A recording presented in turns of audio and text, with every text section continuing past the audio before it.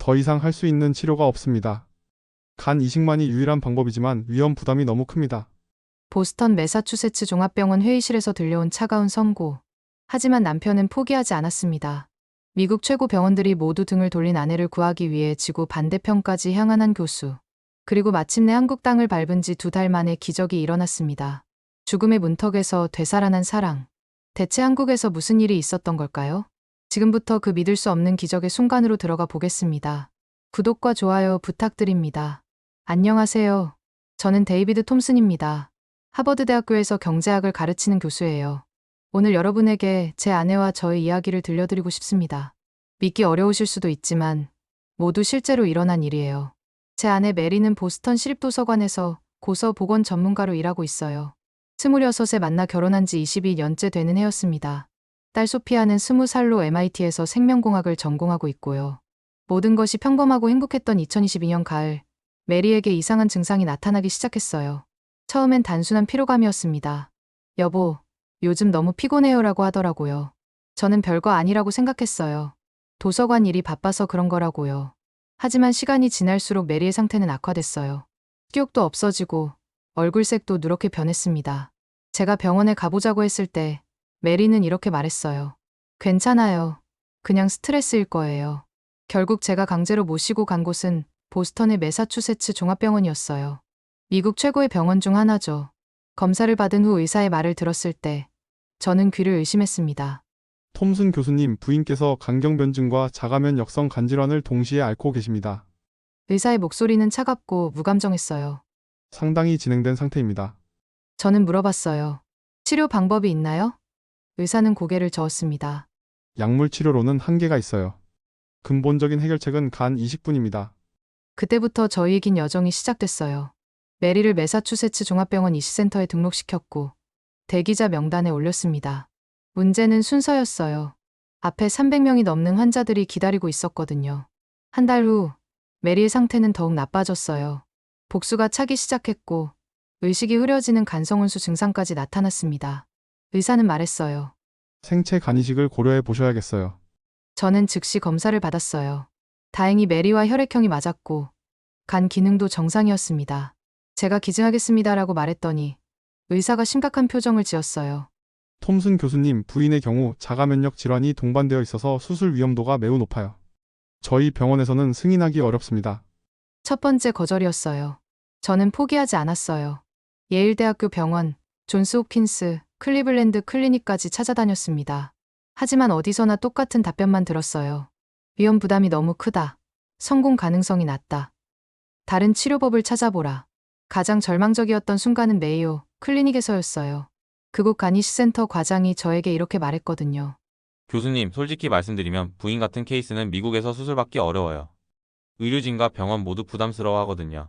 그날 밤 호텔에서 메리가 제 손을 잡고 말했어요. 여보, 이제 그만해요. 더 이상 병원들을 찾아다니지 마세요. 하지만 저는 포기할 수 없었어요. 22년을 함께 산 아내를, 소피아의 엄마를 이렇게 보낼 순 없었거든요. 마지막 희망으로 찾아간 곳은 존스 홉킨스 병원이었어요. 그곳에서 만난 한 젊은 간담도회과 의사가 저에게 이상한 질문을 했습니다. 혹시 해외 치료도 고려해 보셨나요? 해외요? 저는 깜짝 놀랐어요. 미국이 의료 선진국 아닌가요? 그 의사는 잠시 망설이더니 말했어요. 한국에 정말 뛰어난 간이식 병원이 있다고 들었어요. 혹시 알아보시는 건 어떨까요? 그 순간 작은 희망이 생겼어요. 적어도 불가능이라는 말은 듣지 않았으니까요. 집으로 돌아가는 길에 메리에게 말했어요. 여보, 한국에 대해 알아봐야겠어요. 그날 밤, 저는 컴퓨터 앞에 앉아 한국 간이식이라는 검색어를 입력했어요. 그리고 놀라운 사실들을 발견하기 시작했습니다. 그날 밤부터 저는 한국의 의료 시스템에 대해 밤낮으로 연구했습니다. 경제학자로서 데이터를 분석하는 것은 제 전문 분야였거든요. 하지만 이번엔 학술 논문이 아니라 아내의 생명이 걸린 문제였어요. 첫 번째로 놀란 건 한국의 간이식 통계였습니다. 서울 아산병원에서는 1년에 600건이 넘는 간이식을 한다고 되어 있었어요. 미국의 어떤 병원도 이런 규모는 없었습니다. 심지어 성공률도 95%를 넘는다고 하더라고요. 메리도 저와 함께 자료를 찾아봤어요. 여보, 정말 놀라워요. 여기 보세요. 자가면역 질환이 동반된 간이식 성공 사례들이 이렇게 많아요. 미국에서는 찾아볼 수 없었던 희망적인 데이터들이었습니다. 가장 인상적이었던 건 한국 의료진들의 접근 방식이었어요. 미국 의사들은 항상 위험성부터 강조했지만 한국 의사들은 가능성에 대해 이야기했어요. 웹사이트에서 본 환자 후기들을 읽으며 눈물이 났습니다. 하지만 결정을 내리기까지는 2달이 더 걸렸어요. 언어 문제도 있었고 문화적 차이도 걱정됐거든요. 무엇보다 메리의 상태가 급속히 악화되고 있었어요. 2023년 2월 어느 날 메리가 갑자기 쓰러졌어요. 응급실에 실려간 메리를 보며 의사가 말했습니다. 더 이상 미룰 수 없어요. 몇 주 남지 않았습니다. 그때 메리가 제 손을 꽉 잡고 말했어요. 데이비드, 한국에 가봐요. 더 이상 미국에서 기다릴 시간이 없어요. 그 순간 저는 결심했습니다. 아내를 구할 수 있다면 지구 끝까지라도 가겠다고요. 저는 즉시 서울 아산병원에 이메일을 보냈어요. 메리의 모든 의료 기록, 검사 결과, 그리고 저의 간 기증 의사를 담아서요. 제목은 Urgent Help Needed for My Wife였습니다. 사흘 후 답장이 왔어요. 이승규 교수님이라는 분의 이름으로 온 메일이었습니다. 톰슨 교수님의 부인 케이스를 검토해봤습니다. 복잡한 수술이 될 것 같지만 충분히 시도해볼 만합니다. 한국에 오셔서 정밀 검사를 받아보시기 바랍니다. 그 메일을 받은 순간 저는 눈물을 터뜨렸어요. 10여 개의 미국 병원에서 거절당한 후 처음으로 들은 가능하다는 말이었거든요. 메리도 희미한 미소를 지었어요. 여보, 이제 희망이 생겼네요. 하지만 동시에 두려움도 컸어요. 정말 한국까지 가서 수술을 받을 수 있을까? 언어 소통은 어떻게 하지? 만약 수술이 실패하면 어떡하지? 온갖 걱정이 머리를 맴돌았습니다. 딸 소피아에게 말했을 때 그 아이의 반응이 기억에 남아요. 아빠, 엄마를 구할 수 있다면 어디든 가세요. 저도 학교 휴학하고 함께 갈게요. 20살밖에 안 된 딸이 저보다 더 용감했어요. 제가 속한 하버드 경제학과 동료들도 놀랐어요. 데이비드, 정말 한국까지 가려고? 미국 의료가 최고인데.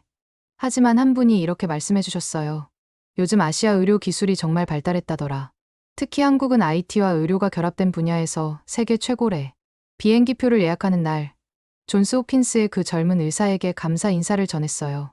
그분이 말씀하시길, 교수님, 현명한 선택이에요.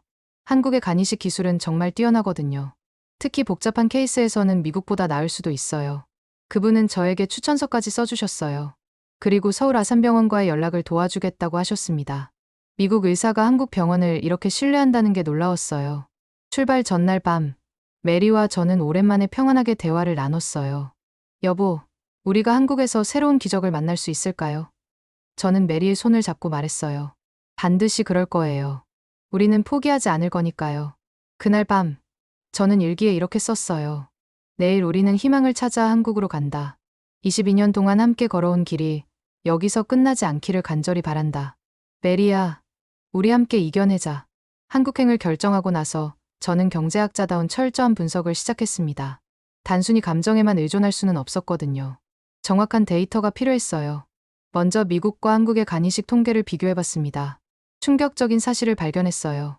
미국에서는 간이식 대기 환자 중 실제로 수술을 받는 비율이 65%였습니다. 나머지 35%는 기다리다가 세상을 떠난다는 뜻이었어요. 반면 한국의 서울 아산병원은 어떨까요? 제가 찾은 자료에 따르면 그곳의 간이식 성공률은 96%였어요. 더 놀라운 건 복잡한 케이스까지 포함한 수치라는 점이었습니다. 메리가 흥미로운 논문을 하나 찾아왔어요. 여보, 이것 좀 봐요. 란셋에 실린 논문인데 아시아 국가들의 간이식 성과가 서구보다 뛰어나다고 나와 있어요. 정말 그랬어요. 특히 한국과 일본의 성과가 눈에 띄었습니다. 수술 시간도 큰 차이가 있었어요. 미국에서는 생체 간이식에 보통 14시간에서 18시간이 걸린다고 해요.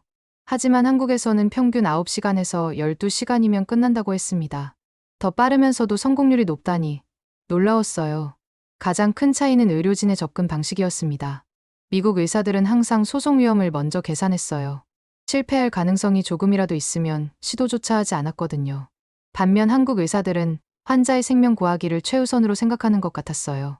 하버드 의과대학에서 일하는 동료 교수에게 물어봤더니 이런 답변을 받았어요.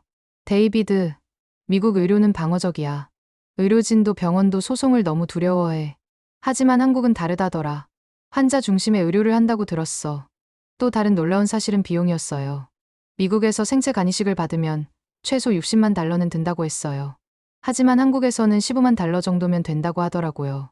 비용은 4분의 1인데 성공률은 더 높다니 정말 아이러니했습니다. 메리가 말했어요. 여보, 미국이 의료 선진국이라는 건 편견일 수도 있겠네요. 적어도 간이식 분야에서는 한국이 앞서는 것 같아요. 저도 같은 생각이었어요. 제가 찾은 가장 인상적인 자료는 외국인 환자 만족도 조사였어요. 한국에서 치료받은 미국 환자들의 만족도가 95%를 넘었거든요. 특히 의료진의 친절함과 치료에 대한 열정을 높게 평가했어요. 한국계 미국인 의사 한 분에게도 연락해봤어요. 그분이 해준 말이 기억에 남습니다. 톰슨 교수님, 한국 의료의 가장 큰 장점은 포기하지 않는 정신이에요. 어려운 케이스일수록 더 열심히 도전해요. 그분은 계속해서 설명해 주셨어요. 미국은 개인주의 문화라 의사 개인의 실수나 실패를 크게 부담스러워해요. 하지만 한국은 팀워크 문화라 모든 의료진이 힘을 합쳐 환자를 구하려고 해요. 비행기표를 끊기 전 마지막으로 확인한 건 한국의 의료시설이었어요. 서울아산병원은 2,700병상 규모의 거대한 병원이었고 최첨단 의료 장비를 갖추고 있었습니다. 로봇 수술 시스템, 3D 영상 기술 등 미국보다 더 발달된 기술들도 있었어요. 메리가 웃으며 말했어요. 여보, 이제 확신이 서네요. 한국에 가는 게 맞는 것 같아요. 저도 고개를 끄덕였습니다. 데이터가 모든 걸 말해주고 있었거든요. 마지막으로 딸 소피아에게 말했어요. 소피아야, 아빠가 모든 자료를 분석해봤는데 한국이 정말 최선의 선택인 것 같아. 소피아가 대답했어요. 아빠, 저도 인터넷으로 찾아봤는데 한국 의료 기술이 정말 대단하더라고요. 엄마 꼭 구할 수 있을 거예요. 그날 밤 저는 확신했습니다. 이번 선택이 메리와 저희 가족의 인생을 바꿀 최고의 결정이 될 거라고요. 2023년 3월 10일, 저희 가족은 마침내 인천국제공항에 도착했습니다. 메리는 휠체어를 타고 있었고, 소피아는 큰 가방 2개를 들고 있었어요. 15시간의 긴 비행이었지만, 새로운 희망에 대한 기대감으로 가득했습니다. 공항에서 나오자마자 깜짝 놀란 건, 서울아산병원에서 보낸 직원이 저희를 마중 나와 있었다는 거예요. 김현정 코디네이터라는 분이었는데, 완벽한 영어를 구사하셨어요. 톰슨 교수님 가족분들, 안녕하세요. 먼 길 오시느라 고생하셨어요. 지금부터 제가 모든 것을 도와드릴게요 라고 하시더라고요. 미국에서는 상상할 수 없는 서비스였습니다. 차 안에서 김현정 씨가 자세히 설명해 주었어요. 내일 오전 9시에 이승규 교수님과 첫 상담이 있고요. 그 전에 필요한 검사들을 모두 진행할 예정입니다. 정말 체계적으로 준비되어 있었어요. 호텔에 도착해서 짐을 풀고 나니 벌써 저녁이었어요. 메리가 말했습니다. 여보, 여기 사람들 정말 친절해요. 뭔가 마음이 따뜻해지는 느낌이에요. 저도 같은 생각이었어요. 다음 날 아침 일찍 병원에 갔습니다. 서울아산병원의 규모에 정말 놀랐어요. 하버드 의과대학 부속 병원보다도 크고 현대적이었거든요. 로비에는 세계 각국에서 온 환자들이 있었고요. 첫 번째 검사는 메리의 혈액 검사였어요. 미국에서는 결과가 나오려면 이틀은 기다려야 하는데 여기서는 3시간 만에 나온다고 하더라고요. 효율성이 정말 인상적이었습니다. 검사를 기다리는 동안 한국인 환자분과 이야기를 나눴어요. 그분이 영어로 말씀해 주시길, 이 병원은 정말 최고예요.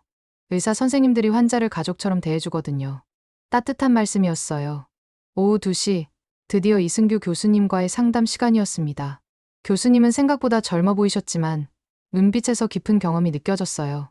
25년 넘게 간이식만 해온 전문가셨거든요. 톰슨 교수님, 부인분의 검사 결과를 봤습니다. 상당히 복잡한 케이스네요 라고 하시면서도 미소를 지으셨어요. 미국 의사들처럼 심각한 표정이 아니었습니다. 하지만 충분히 도전해볼 만합니다. 교수님이 설명해주신 치료 계획은 정말 상세했어요. 수술은 대략 12시간에서 15시간 정도 걸릴 것 같습니다. 자가면역 질환 때문에 면역 억제 치료도 까다로울 거고요. 하지만 말투에는 자신감이 있었어요. 제가 질문했어요. 교수님, 성공 가능성은 어느 정도나 될까요? 교수님은 잠시 생각하더니 말씀하셨습니다. 85% 이상이라고 봅니다. 물론 합병증이 생길 수는 있지만 생명에는 지장 없을 거예요. 85%라니 미국에서는 20%도 안 된다고 했는데 말이에요. 메리가 교수님께 물어봤어요. 미국 의사들은 모두 불가능하다고 했는데 왜 여기서는 가능한 건가요? 교수님이 웃으며 대답하셨어요. 아마 경험의 차이일 겁니다. 저희는 1년에 600건 이상의 간이식을 해요. 미국 병원들은 많아야 200건 정도죠. 경험이 쌓이면 어려워 보이는 것도 가능해집니다. 그리고 덧붙이셨어요. 무엇보다 저희는 환자분의 생명을 구하는 게 최우선이에요. 실패를 두려워해서 시도하지 않으면 환자는 살 수 없거든요. 상담이 끝나고 나서 저는 메리에게 말했어요. 여보, 여기서 수술 받자. 이 교수님을 믿어보자. 메리도 고개를 끄덕였습니다. 저도 그래요. 뭔가 다른 게 느껴져요. 아빠, 엄마, 어떻게 됐어요? 소피아야, 정말 희망적이야. 여기 의사 선생님이 할 수 있다고 하셔. 소피아가 울면서 말했어요. 정말 다행이에요. 엄마, 꼭 건강해지세요. 메리도 눈물을 흘리며 대답했어요. 고마워, 소피아야. 엄마가 꼭 나아서 내 졸업식에 갈게. 병원에서 지낸 첫날은 이렇게 희망으로 끝났습니다. 미국에서 절망뿐이었던 지난 몇 개월과는 완전히 다른 하루였어요. 메리가 저에게 말했습니다. 여보, 여기 오길 정말 잘한 것 같아요. 저도 메리의 손을 잡으며 말했어요. 그래. 이제 새로운 시작이야. 우리 함께 이겨내자. 그날 밤, 오랜만에 평안한 잠을 잘 수 있었습니다. 병원 직원들의 세심한 배려도 인상적이었어요.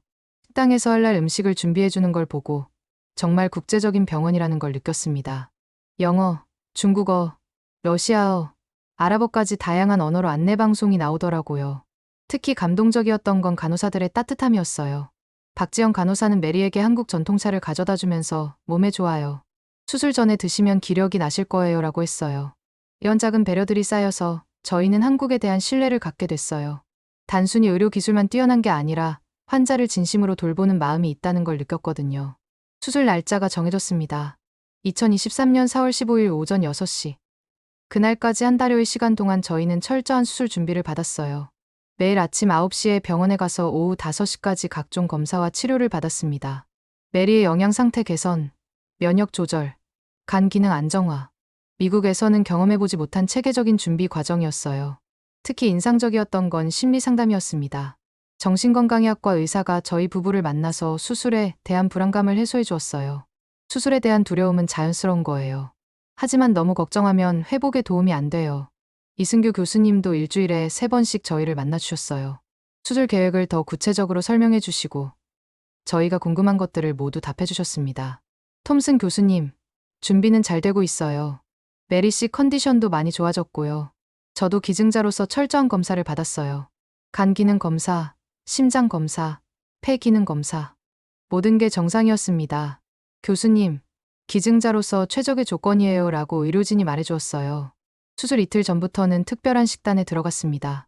메리와 저 모두 금식을 시작했고 수술 전 마지막 식사는 함께한 한국 음식이었어요. 미역국이었는데 정말 따뜻하고 맛있었습니다.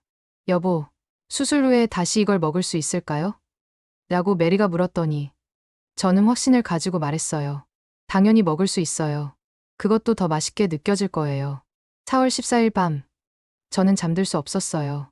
내일이면 제 간 일부를 메리에게 주게 되는 거였으니까요. 22년 동안 함께 산 아내를 구할 수 있다는 생각에 설레기도 하고 긴장되기도 했어요. 메리도 마찬가지였습니다. 저희는 밤새 손을 잡고 대화를 나눴어요. 데이비드, 당신이 저를 위해 이렇게까지 해주는 게 정말 고마워요. 무슨 말이야, 메리. 우리는 하나야. 당연한 거잖아. 4월 15일 새벽 5시, 간호사가 저희를 깨웠어요. 톰슨 교수님, 메리 씨, 수술 준비 시간이에요. 드디어 그 순간이 온 거였습니다. 수술복으로 갈아입고 수술실로 향하는 길, 복도에서 이승규 교수님을 만났어요. 톰슨 교수님, 메리 씨, 준비되셨나요? 오늘 새로운 삶을 시작하는 날이에요 라고 하시며 저희 어깨를 두드리셨습니다. 그 순간 모든 두려움이 사라졌어요. 이분을 믿어보자고 생각했거든요. 수술실에 들어가기 전, 저는 메리에게 마지막 키스를 해주었어요. 사랑해, 메리. 꼭 함께 나와서 새로운 인생을 시작하자. 메리도 저를 안으며 말했습니다. 사랑해요, 데이비드. 몇 시간 후에 건강한 모습으로 만나요. 오전 6시, 마취가 시작됐어요. 의식을 잃기 직전 마지막으로 본 건 이승규 교수님의 자신감 넘치는 눈빛이었습니다. 그 후의 일은 나중에 교수님께서 들려주신 이야기입니다. 수술은 예상보다 더 복잡했대요. 메리의 자가면역 질환 때문에 간과 주변 장기들이 심하게 유착되어 있었거든요. 정말 까다로운 수술이었어요. 간을 분리하는 데만 5시간이 걸렸습니다 라고 교수님이 나중에 말씀하셨어요. 더 큰 문제는 메리의 면역 시스템이었습니다. 새로운 간을 거부하려는 반응이 강하게 나타났거든요. 하지만 의료진은 포기하지 않았습니다. 면역 억제제를 조절하고 항체 제거 치료를 병행했어요. 예상했던 12시간을 훌쩍 넘어 16시간이나 걸렸다고 해요. 오후가 지나고 저녁이 되어도 수술은 계속됐습니다. 밤이 되었고 자정이 지났어요. 소피아는 수술실 앞에서 밤을 새웠습니다. 김현정 코디네이터도 계속 곁에 있어 주었고요. 새벽 1시쯤 또 다른 위기가 왔대요. 저에게서 떼어낸 간 일부에서 혈류 장애가 생긴 거예요. 교수님은 다시 한번 혈관을 재문합했습니다. 그때가 가장 위험한 순간이었어요 라고 하셨어요. 하지만 의료진은 끝까지 포기하지 않았습니다. 20여 명의 의료진이 밤을 새며 저희 부부의 생명을 구하기 위해 싸웠어요. 정말 감동적이었습니다. 드디어 4월 16일 오전 10시 수술이 끝났습니다. 16시간의 긴 전쟁이었어요. 이승규 교수님이 지친 얼굴로 수술실에서 나오셨습니다. 수술은 성공했습니다. 톰슨 교수님과 메리 씨 모두 안전해요라고 말씀하셨을 때 소피아가 그 자리에서 울음을 터뜨렸어요. 기쁨의 눈물이었습니다. 수술 후 회복은 생각보다 순조로웠어요. 물론 처음 일주일은 정말 힘들었습니다. 메리와 저 모두 중환자실에서 각종 관을 달고 있었고 조금만 움직여도 아팠거든요. 하지만 매일매일 조금씩 나아지는 게 느껴졌어요. 가장 기뻤던 순간은 수술 후 사흘째 되던 날이었습니다. 이승규 교수님이 회진을 돌러오셔서 말씀하셨어요. 톰슨 교수님, 메리 씨, 이식된 간이 완전히 자리를 잡았어요. 정말 잘 되고 있습니다. 그때 저는 처음으로 확신했어요. 정말 성공했구나. 메리가 살았구나 하고요. 중환자실 침대에 누워있는 메리를 보며 눈물이 났습니다. 여보, 우리 해냈어요. 딸 소피아는 매일 병실에 와서 저희를 돌봐주었어요. MIT 수업을 온라인으로 듣고 있다고 하더라고요. 아빠, 엄마, 이제 정말 새로운 삶이 시작된 거예요 라고 하면서 항상 밝게 웃어주었어요. 간병을 도와준 간호사들도 정말 친절했어요. 이수진 간호사는 영어를 잘해서 의사소통에 도움을 많이 주었고요. 박민정 간호사는 저희가 우울해할 때마다 재미있는 이야기로 분위기를 밝게 만들어 주었습니다. 회복 과정에서 가장 감동적이었던 건 한국인들의 따뜻함이었어요. 같은 병동에 입원한 한국 환자분들이 저희를 외국인이라고 차별하지 않고 가족처럼 대해주었거든요. 한 할머니는 저희에게 수제 김치를 가져다 주시기도 했어요. 2023년 5월 중순쯤부터는 병원 복도를 걸을 수 있게 됐어요. 메리와 저 처음엔 휠체어를 타고 나중엔 보행기를 짚고 마지막엔 손을 잡고 함께 걸었습니다. 그때마다 소피아가 옆에서 응원해 주었어요. 한국 생활도 점점 익숙해졌어요. 병원 근처 작은 식당에서 삼계탕을 먹어보기도 하고 편의점에서 한국 과자를 사 먹기도 했습니다. 특히 붕어빵이라는 음식이 정말 맛있었어요. 그런데 어느 날 김현정 코디네이터가 특별한 제안을 했어요. 톰슨 교수님, 결혼기념일이 언제세요? 제가 5월 25일이라고 대답하자 그분이 웃으며 말했어요. 그날까지 한국에 계실 거죠? 특별한 계획이 있어요. 5월 25일, 저희 23번째 결혼기념일 아침이었습니다. 평소처럼 검사를 받으러 갔는데 병동 분위기가 뭔가 달랐어요. 간호사들이 자꾸 웃으면서 수군거리더라고요. 오후 3시쯤 이승규 교수님이 오셨어요. 톰슨 교수님, 메리 씨, 최종 검사 결과가 나왔어요. 정말 완벽해요. 이제 퇴원 준비를 하셔도 됩니다. 퇴원이라니. 정말 기뻤어요. 그런데 교수님이 갑자기 말씀하셨어요. 그런데 톰슨 교수님, 오늘이 결혼기념일이시죠? 작은 선물이 있어요. 무슨 선물인지 궁금했는데 갑자기 병실 문이 열렸어요. 간호사들이 케이크를 들고 들어오는 거예요. 그것도 하트 모양의 예쁜 케이크였어요. 그리고 모든 사람들이 함께 노래를 불러주었습니다. 영어로요. Happy anniversary to you. Happy anniversary to you. Dear David and Mary. Happy anniversary to you. 정말 감동적이었어요. 미국에서도 이런 경험은 해본 적이 없었거든요. 이승규 교수님이 말씀하셨어요. 톰슨 교수님 부부. 미국에서 절망하셨던 결혼기념일을 한국에서 새로운 희망으로 맞으시게 됐어요. 정말 축하드려요. 그 순간 저는 눈물을 참을 수 없었어요. 메리도 울면서 말했어요. 여보, 이 순간이 올 줄은 정말 몰랐어요. 기적 같아요. 저도 떨리는 목소리로 말했습니다. 정말 기적이에요. 이 모든 분들 덕분에 새로운 사랑을 시작할 수 있게 됐어요. 케이크를 자르면서 소원을 빌었어요. 앞으로 오래오래 건강하게 살아서 딸 소피아의 결혼식에서 함께 춤을 추게 해주세요. 그리고 이 사랑이 영원하기를. 그리고 촛불을 훅 불어 껐습니다. 간호사들이 박수를 치며 말했어요. 톰슨 교수님, 메리 씨, 정말 축하해요. 한국에서 새로운 사랑 시작하시는 거예요. 이수진 간호사는 이제 진짜 건강한 몸으로 미국에 돌아가세요라고 했고요. 그날 저녁, 호텔에서 소피아와 함께 저녁을 먹었어요. 아빠, 엄마, 정말 축하해요. 이제 정말 새로운 시작이네요. 소피아의 목소리에도 기쁨이 가득했어요. 소피아야, 아빠와 엄마가 사랑으로 이겨낸 거야. 너도 언젠가 이런 사랑을 만나게 될 거야. 그러자 소피아가 웃으며 말했어요. 아빠, 엄마 같은 사랑을 찾을 수 있을까요? 23번째 결혼기념일. 한국에서 맞은 이 특별한 날은 저희 인생에서 가장 의미 있는 기념일이 됐어요. 단순히 결혼기념일을 축하한 게 아니라 정말로 새로운 사랑을 시작하는 날이었거든요. 퇴원을 며칠 앞두고 이승규 교수님이 저에게 특별한 이야기를 해주셨어요. 톰슨 교수님, 사실 교수님 부부의 케이스는 저희에게도 매우 특별한 의미가 있어요. 궁금해서 이유를 물어봤더니 교수님이 설명해 주셨습니다.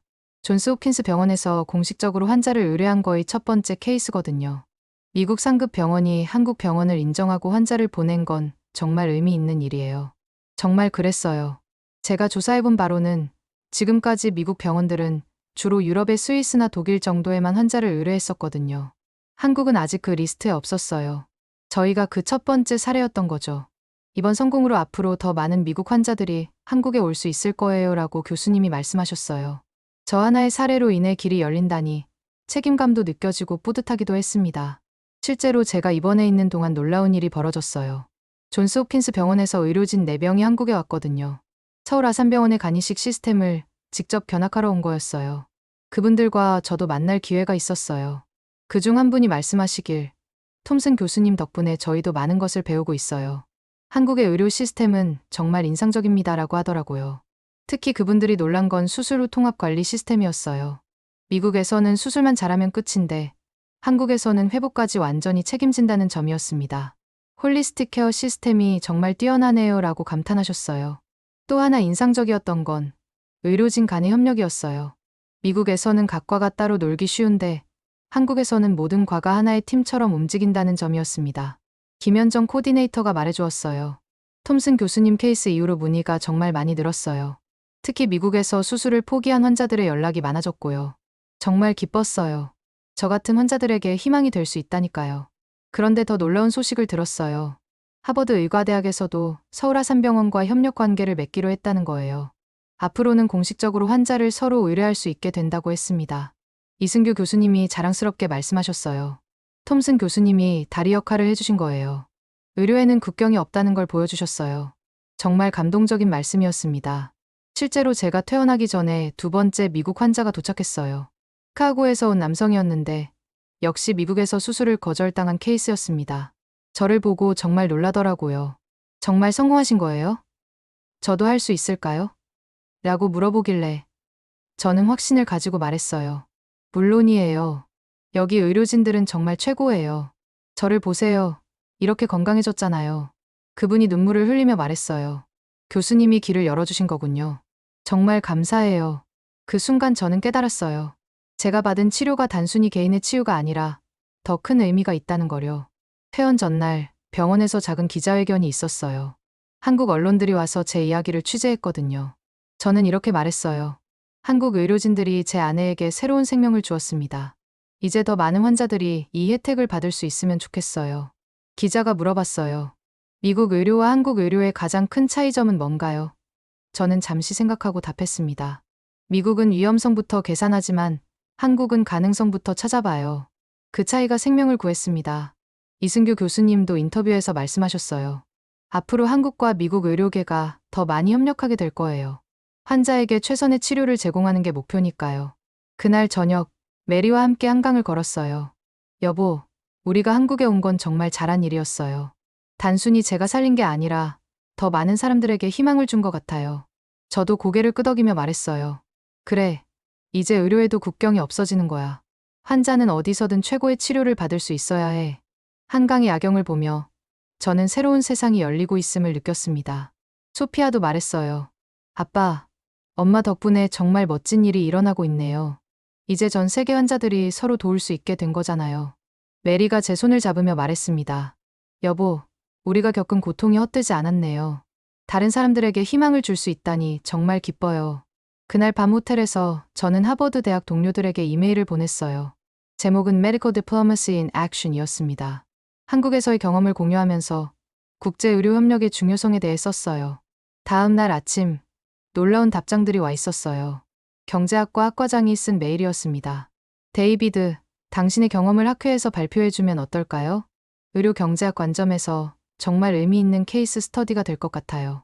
또 다른 동료는 이렇게 썼어요. 한국의 의료 효율성에 대한 연구를 함께 해보자. 이건 단순한 의료 사례가 아니라 경제학적으로도 중요한 함의가 있어. 저는 깨달았어요. 제가 경험한 일이 개인적인 감동담을 넘어서 학술적, 정책적으로도 의미가 있다는 거요. 한국의 의료 시스템이 어떻게 효율성과 인간미를 동시에 추구하는지 연구해볼 가치가 있었어요. 마지막 날 병원에서 만난 또 다른 미국인 환자 가족이 있었어요. 캘리포니아에서 온 한 어머니였는데 아들의 간이식을 위해 온 거였어요. 그분이 저에게 말했습니다. 교수님 이야기를 인터넷에서 봤어요. 용기를 얻어서 여기까지 왔습니다. 그 순간 저는 정말 뿌듯했어요. 제 경험이 다른 가족에게 희망이 되고 있다는 걸 실감했거든요. 김현정 코디네이터가 마지막으로 말해주었어요. 톰슨 교수님 가족 덕분에 저희 일에 큰 보람을 느꼈어요. 앞으로 더 많은 외국 환자들이 한국에서 희망을 찾을 수 있을 거예요. 그분은 계속해서 설명했어요. 사실 저희도 처음엔 언어와 문화 차이 때문에 걱정했어요. 하지만 의료진의 진심과 환자의 신뢰가 모든 장벽을 넘어서더라고요. 퇴원 당일 아침, 이승규 교수님이 마지막 인사를 오셨어요. 톰슨 교수님, 메리 씨, 정말 수고하셨어요. 이제 미국에 가서도 건강하게 지내시고 언제든 연락 주세요. 저는 교수님께 깊이 고개 숙여 인사했어요. 교수님, 저희 가족의 인생을 바꿔주셔서 감사합니다. 그리고 앞으로 더 많은 환자들이 교수님 같은 분을 만날 수 있기를 바라요.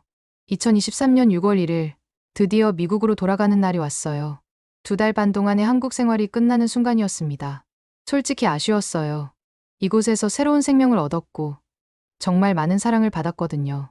아침 일찍 병원에 들러 의료진들께 마지막 인사를 드렸어요. 이승규 교수님은 제게 두꺼운 봉투를 건네주시면서 말씀하셨습니다. 톰슨 교수님, 이건 앞으로 미국에서 받을 정기 검진을 위한 자료예요. 하버드 의과대학과 이미 연락을 취해놨어요. 정말 세심한 배려였어요. 한국에서 받은 치료가 미국에서도 연속성 있게 이어질 수 있도록 모든 준비를 해주신 거였거든요. 교수님, 평생 잊지 않겠습니다. 저희 부부에게 새로운 사랑을 선물해 주셨어요. 교수님이 웃으며 대답하셨어요. 톰슨 교수님 부부야말로 저희에게 큰 의미를 주셨어요. 앞으로도 건강하게 오래 사세요. 그리고 소피아 양 졸업식에 꼭 초대장 보내주세요. 따뜻한 농담이었지만 정말로 그렇게 하고 싶었어요. 간호사들과의 작별도 정말 힘들었어요. 이수진 간호사는 제게 작은 선물을 주었는데 한국 전통 연인 부적이었어요. 톰슨 교수님 부부의 사랑이 영원하길 바라며 준비한 거예요. 평생 지니고 다니세요. 박민정 간호사는 눈물을 흘리면서 말했어요. 교수님, 메리 씨, 정말 용기 있는 분들이에요. 멀리서 여기까지 와서 사랑을 지키신 거잖아요. 존경스러워요. 저희도 눈물을 참을 수 없었어요. 김현정 코디네이터는 공항까지 배웅을 나와주었어요. 차 안에서 그분이 말했어요. 톰슨 교수님 가족 덕분에 저희 일에 큰 보람을 느꼈어요. 앞으로 더 많은 외국 환자들이 한국에서 희망을 찾을 수 있을 거예요. 인천공항에 도착해서 체크인을 하는데 직원이 저희를 알아보더라고요. 혹시 서울 아산병원에서 간이식 받으신 분들이세요? 뉴스에서 봤어요. 제가 그렇다고 하니 정말 축하드려요. 건강하게 돌아가세요라고 말해주었어요. 출국 심사를 받으며 생각해봤어요. 2달 반 전에 한국에 올 때는 죽음을 각오하고 왔었는데 지금은 완전히 새로운 몸과 마음으로 돌아가는구나. 정말 기적 같은 일이었어요. 비행기에 탑승하기 전 메리가 말했어요. 여보, 한국에서 우리가 받은 사랑을 어떻게 갚을까요? 저는 이미 답을 정해두고 있었어요. 우리 이야기를 많은 사람들에게 알려야 해. 절망하고 있는 환자들에게 희망을 줘야지. 소피아도 말했어요. 아빠, 엄마, 이제 정말 새로운 시작이네요. 저도 생명공학 공부를 더 열심히 해서 다른 사람들을 도울 수 있는 사람이 되고 싶어요. 비행기가 이륙하면서 한국이 점점 멀어졌어요. 창문으로 보이는 서울의 모습을 보며 저는 가슴이 벅찼습니다. 이 땅에서 저희 부부가 새로운 사랑을 얻었으니까요. 기내에서 저는 일기를 쓰기 시작했어요. 2023년 6월 1일, 사랑이 건넨 기적이 한국에서 시작됐고 우리의 인생은 다시 쓰였다. 미국에서 불가능하다고 했던 일이 한국에서는 가능했다. 이것은 단순한 의학의 승리가 아니라 사랑과 희망의 승리였다. 계속 썼어요. 이승규 교수님과 의료진들은 저희에게 기술적인 치료만 준 게 아니었다. 희망과 용기, 그리고 새로운 사랑에 대한 확신을 주었다. 이들은 진정한 의사였고 생명을 구하는 사람들이었다. 15시간의 긴 비행 끝에 보스턴, 로건공항에 도착했습니다. 하버드 대학 동료들이 마중을 나와 있었어요. 저희를 보자마자 박수를 치며 환영해 주었습니다. 경제학과 학과장이 말했어요. 데이비드, 메리, 정말 대단해요. 완전히 다른 사람 같아 보여요. 정말 그랬어요. 2달 반 전만 해도 거의 죽어가던 메리가 이렇게 건강해진 거였으니까요. 집에 도착해서 가장 먼저 한 일은 한국에서 가져온 선물들을 정리하는 것이었어요. 이승규 교수님이 주신 의료 자료, 간호사들이 준 한국 전통 부적, 그리고 제가 직접 산 한국 차들까지 말이에요. 이웃들도 저희 변화에 놀랐어요. 데이비드, 메리, 정말 기적 같아요. 한국 의사들이 그렇게 대단한가요? 라고 물어보는 사람들이 많았어요. 저는 항상 이렇게 대답했습니다. 기술만 대단한 게 아니에요. 무엇보다 환자를 대하는 마음이 달라요. 포기하지 않고 끝까지 최선을 다하는 그런 마음이요. 일주일 후 하버드 의과대학에서 정기 검진을 받았어요. 담당 의사가 검사 결과를 보고는 정말 놀라더라고요. 톰슨 교수님, 이 정도 회복은 정말 보기 드물어요. 한국 의료진들이 정말 대단한 일을 해냈네요. 한 달 후 하버드에서 제 강연이 있었어요. 제목은 Love Transcends Borders: A Medical Journey to Korea였습니다. 많은 교수들과 학생들이 참석했어요. 저는 이렇게 말했습니다. 의료에는 국경이 없어야 합니다. 환자에게는 최고의 치료를 받을 권리가 있고 의료진에게는 생명을 구할 의무가 있어요. 제가 한국에서 배운 건 바로 그런 정신이었습니다. 강연이 끝나고 한 학생이 와서 말했어요. 교수님 이야기를 듣고 감동받았어요. 저도 앞으로 국경을 넘는 의료 협력에 관심을 갖고 싶어요. 지금 저는 완전히 새로운 삶을 살고 있어요. 매일 아침 일어나서 건강한 몸에 감사하고 한국에서 저희를 구해준 모든 분들에게 감사합니다. 그리고 언젠가 다시 한국을 방문해서 그분들께 안부를 전하고 싶어요. 사랑이 건넨 기적은 한국에서 시작됐고 저희 인생은 정말로 다시 쓰였습니다. 이제 저희에게는 무한한 가능성이 열려 있어요. 소피아의 졸업식에서 함께 웃는 그날까지, 아니 그보다도 더 오래 건강하게 살 수 있을 거라고 확신합니다. 그들의 경험담을 듣고 한국을 찾은 해외 환자들이 지금도 늘어나고 있어요. 그들 모두 한국의 병원에서 데이비드 부부와 같은 희망을 경험하고 있습니다. 우리에게는 너무 당연한 의료 서비스가 누군가에게는 생명을 구하는 기적이 될 수 있습니다. 그리고 우리 자신도 새로운 시각으로 우리나라 의료진의 헌신과 실력을 다시 발견할 수 있을 거예요. 사랑은 국경을 넘고 의술은 언어를 뛰어넘습니다. 한국의 의료진들이 오늘도 세계 곳곳에서 온 환자들에게 희망을 전하고 있어요. 오늘 이야기가 마음에 드셨다면 좋아요와 구독 부탁드려요. 여러분이 경험하신 감동적인 의료진 이야기도 댓글로 들려주세요. 다음에도 더 따뜻한 이야기로 찾아뵙겠습니다. 감사합니다.